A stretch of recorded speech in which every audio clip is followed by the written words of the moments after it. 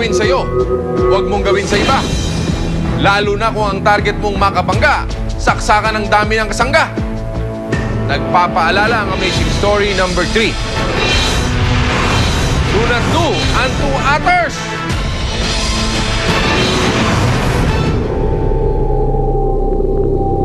Sa loob ng 5 milyong taon, patuloy na inukit ng malalakas na agos ng Colorado River ang desert sandstone sa paligid nito hanggang mabuo ang Grand Canyon.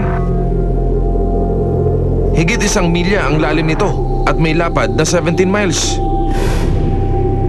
Ito na ang pinakamahabang canyon system sa buong mundo na may habang 1,000 milya. Ukit sa lupa nakita mula sa outer space.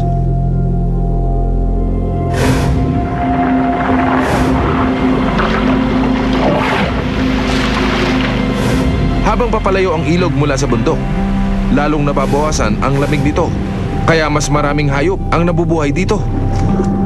Gaya na lang nitong ilog sa India, kung saan naninirahan ang mga smooth-coated otter. Pami-pamilya kung magsama ang mga otter na minsan umaabot sa 17.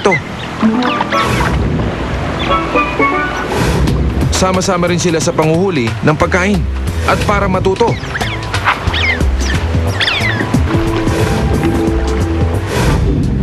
Sinasama nila ang mga bata simula 4 na buwan.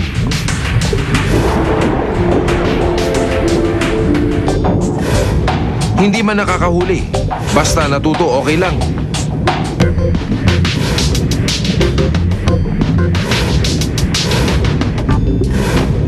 Hindi naman sila pinagdadamutan ng magulang.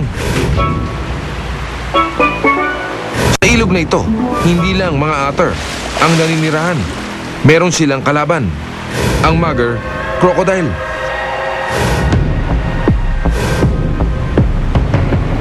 May haba itong 4 meters at kayang lamunin ang isang otter.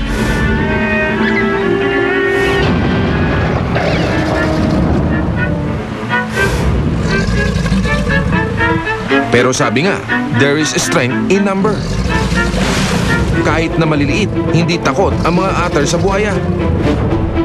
Pami-pamilya sila kung rumesbak, kaya ang buhaya napapatras.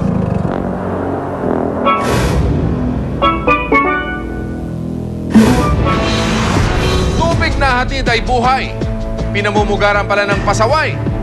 Sasalakay sa pagbabalik ng Hobbs Amazing Story.